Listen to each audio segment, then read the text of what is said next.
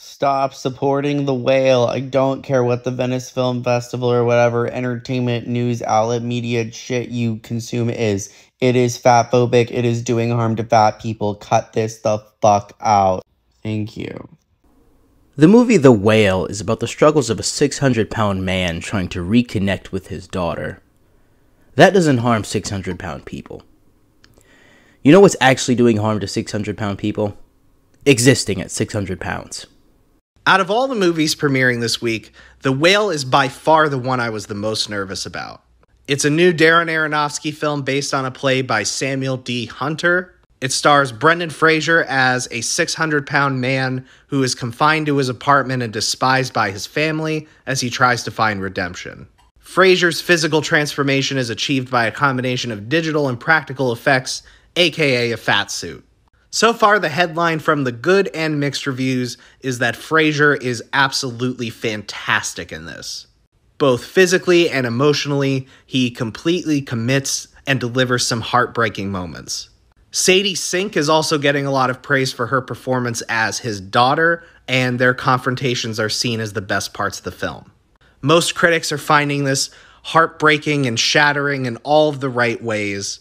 But there are already some people who are saying that this film engages in some extremely dated fat-phobic tropes.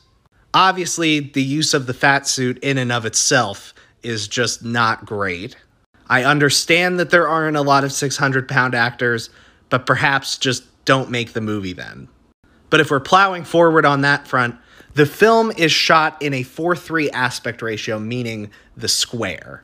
And apparently this is meant to portray how confined he is to his own apartment and his body, which is an interesting artistic choice, but it also apparently leads to some really grotesque filming of this man's body.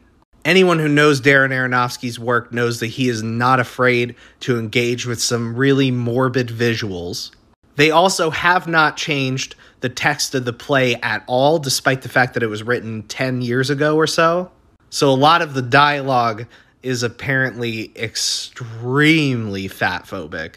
And obviously, that is the story they're telling, that is the story they're exploring.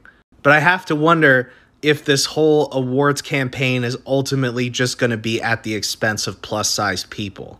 Personally, I'm waiting for plus-size critics to start reviewing this movie before I can really even consider any word of mouth on this valid. Which isn't to say that I think this will be a bad film. I think it'll be incredibly well crafted. Darren Aronofsky is a fantastic director.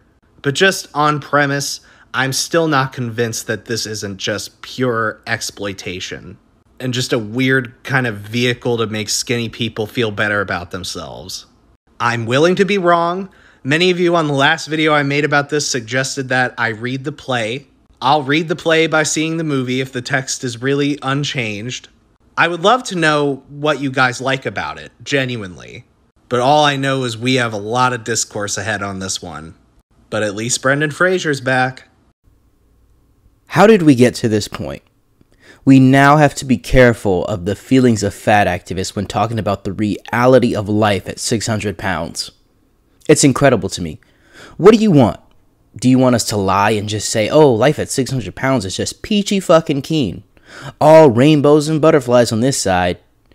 Being 600 pounds is not glorious.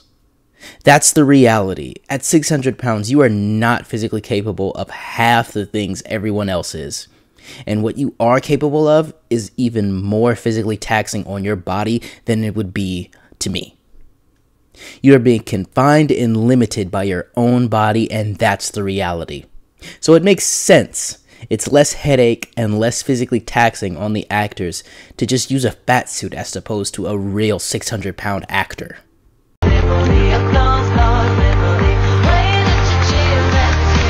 I, like many people, am so happy for Brendan Fraser. It is so wonderful to see someone who was a survivor and who was punished for it finally be able to go back to doing what they love and be recognized for it. That being said, a lot of the conversation has been about how he was fat-shamed after what happened to him and how, we should still appreciate him. So it's ironic that the movie used for his comeback demonizes fat people. What? It doesn't demonize fat people, it's showing reality. When Angelina Jolie played Gia Karanji, was the death scene demonizing AIDS patients? No, because that's what's actually happening to people with AIDS. In the same vein, Brendan Fraser playing the role of someone being severely limited by the fact that they weigh 600 pounds is reality. Have we learned nothing from 134 episodes of My 600-Pound Life?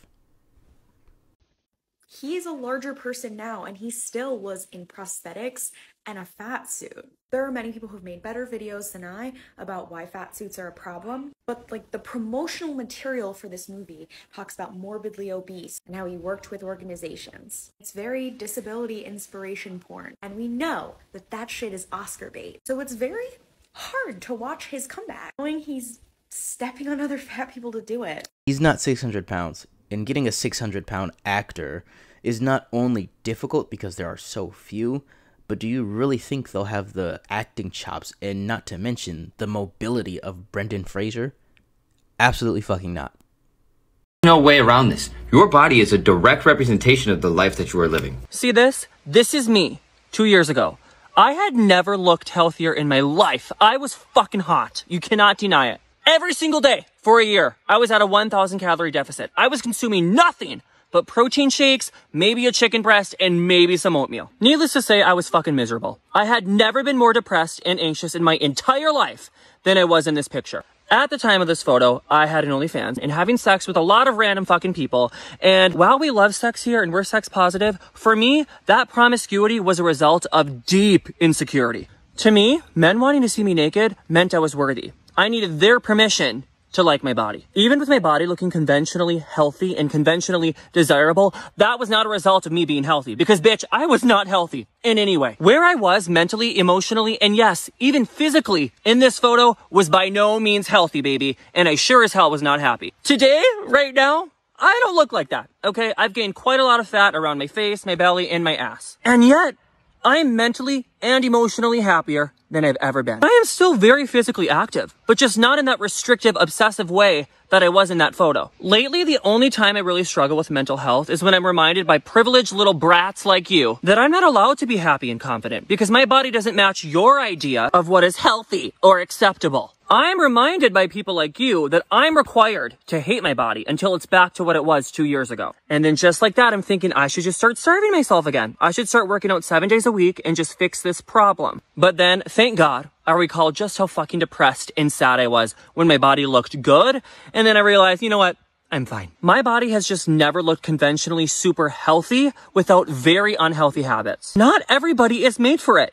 You are not a nutritionist, you are not a physician, you know nothing. All you have to base any of your baseless opinions off of is your experience with being a privileged, skinny white boy. So please, cut the pseudo-spiritualist bullshit and leave people who love their bodies, especially women, alone. Just because you've convinced yourself that you know everything does not mean you do, because you don't. Bye. Videos like this is why I try to take a more lighthearted approach even to my insults, because it's come clear that aggression begets responses like this. It doesn't matter how factual what you are saying is. In online discourse, the chances of you receiving a fallacious argument in response go up dramatically the more brute you are when presenting them. Speaking of fallacies, I think it's time for my beautiful audience to gather around your Uncle Hotep while he teaches you about logical fallacies. Today's logical fallacy is whataboutism. Whataboutism is a variant of the tu quoque fallacy in which someone uses the opponent's hypocrisy to discredit the argument. Let me give you an example.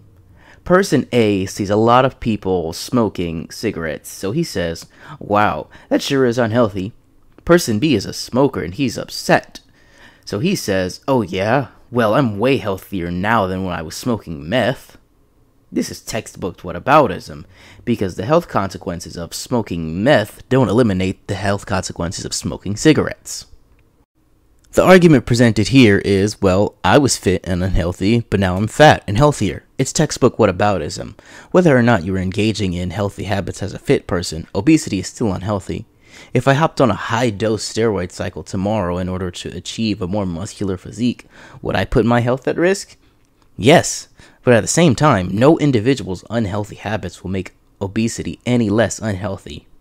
Obesity can be a detriment to your health, and striving for the best physique via unhealthy means can also damage your health. But let's go even deeper. If you go deep into the fitness industry, there's tons of unhealthy habits people are doing to get a better physique. But no one is sitting around deluding themselves saying, oh nah bro, trenbolone is totally safe.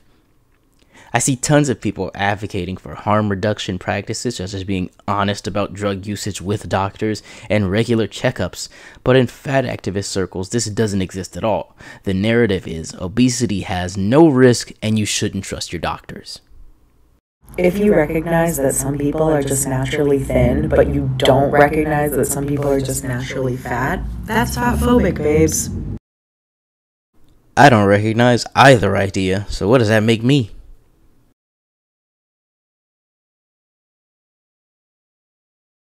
Listen, bestie, I am not here to speak on your experiences or your feelings or to put you down even.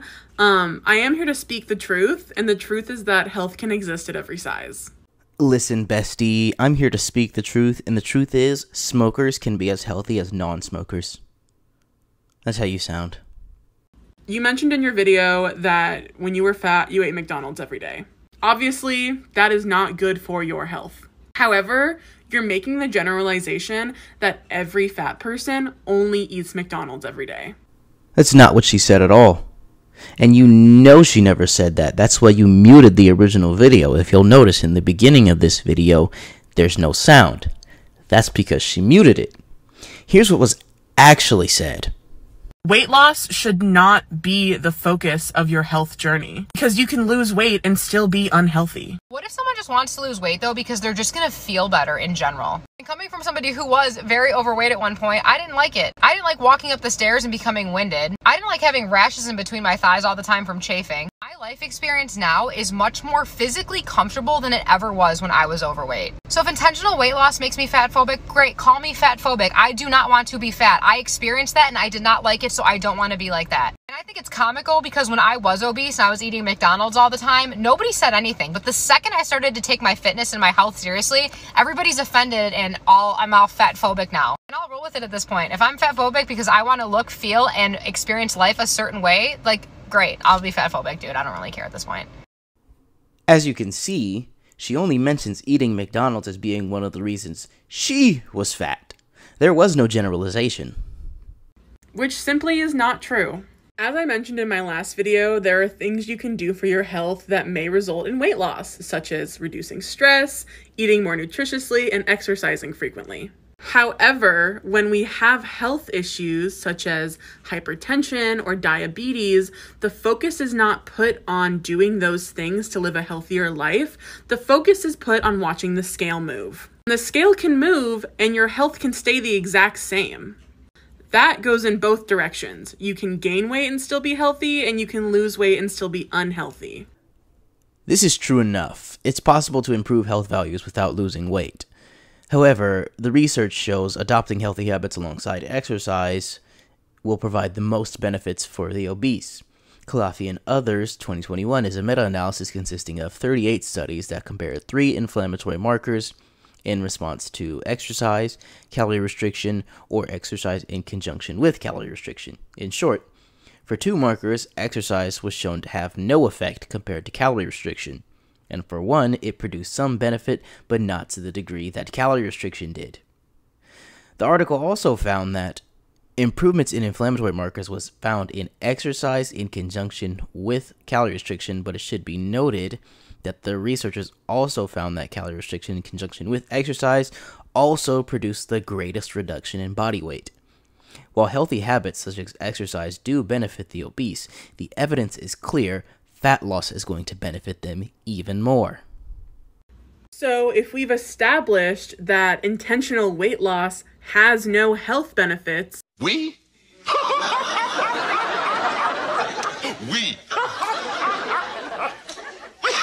My thoughts exactly, Uncle Phil. Who the hell is we? We have not established that, and that doesn't even logically follow from what you said. And with that said, I think it's time for my beautiful audience to gather around your Uncle Hotep once again. again while he teaches you about yet another logical fallacy. Today's second logical fallacy is the non sequitur fallacy. A non sequitur is a conclusion made from arguments that do not logically lead to said conclusion.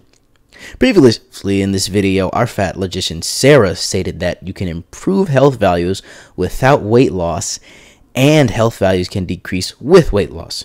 She then follows that by saying we have established intentional weight loss has no health benefits. This argument is a non sequitur because the previous statements do not support the conclusion. In fact, the two statements she made and the fact that intentional weight loss has health benefits are all facts that do not conflict with each other. What are non-fat phobic reasons someone would want to lose weight? Because they want to improve their health, like we've established, or they can be in a sport that has weight classes, or they think they'll personally look better with less weight, all of which are not fat phobic. One reason that you stated is that you don't want your thighs to chafe anymore, and that's part of why you wanted to lose weight. Which, first of all, is the fucking funniest thing I've heard in a long fucking time. Why is that funny? I've been through that. When I was fat, my chafing got so bad I got a sore that got infected. What if I was someone who was immunocompromised and wanted to lose weight to avoid unnecessary infections via chafing? Is that still fat phobic? Is that still funny? I'm not laughing. Because I don't know a thin person whose thighs don't chafe either. Hi, I'm Hotep. My thighs don't chafe anymore because I lost weight. Also, would it not be logical to conclude that the person you're responding to doesn't chafe anymore? Overall, I'm just so sorry that your experience as a fat person was so negative that you've resorted to just being fat phobic. Like, so fat phobic in so many of your videos, as opposed to using a health at every size model for your fitness journey. If you'd like to learn more about this, I'd recommend reading Health at Every Size by Lindo Bacon, as well as Fearing the Black Body, The Origins of Fat Phobia. Wishing you nothing but the best, girly pop. I just love how she adds that little quip at the end. I bet when she finished recording that, she was like, I ate that shit up. Anyway, if you'd like to know more, NCBI has a plethora of rigorous studies regarding the actual truths of obesity. Science has repeatedly demonstrated that dieting does not result in sustained weight loss for the vast majority of people. Because that's not how diets work. Losing weight has never been a guarantee that you'll keep it off, and you're guaranteed to put it back on if you eat in a caloric surplus often enough. In fact, that's the entire principle behind the concept of cutting and bulking. The entire sport of bodybuilding is predicated on the fact that diets do not prevent future weight gain. Judging a diet on its ability to keep weight off is like judging water on its ability to fuel cars. That's not what it's meant for.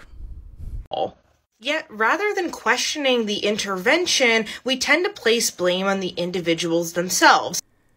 We don't question the intervention because the intervention works to achieve the goal of the intervention, which is weight loss. Weight maintenance is not the goal of cutting calories. That's something entirely separate. Despite the fact that this logic wouldn't apply to any other kind of intervention. For example, if I was doing an intervention in a school to help stop bullying, and I saw that after 6 months, bullying in the school had decreased, but after a year, bullying was the same or greater than when I started, I wouldn't blame the kids and say, wow, these kids just love to be bullies. I'd go back to my intervention and I would say, well, I thought that this would stop bullying, but clearly it's not. Yet we never see any kind of thinking like that within dieting studies.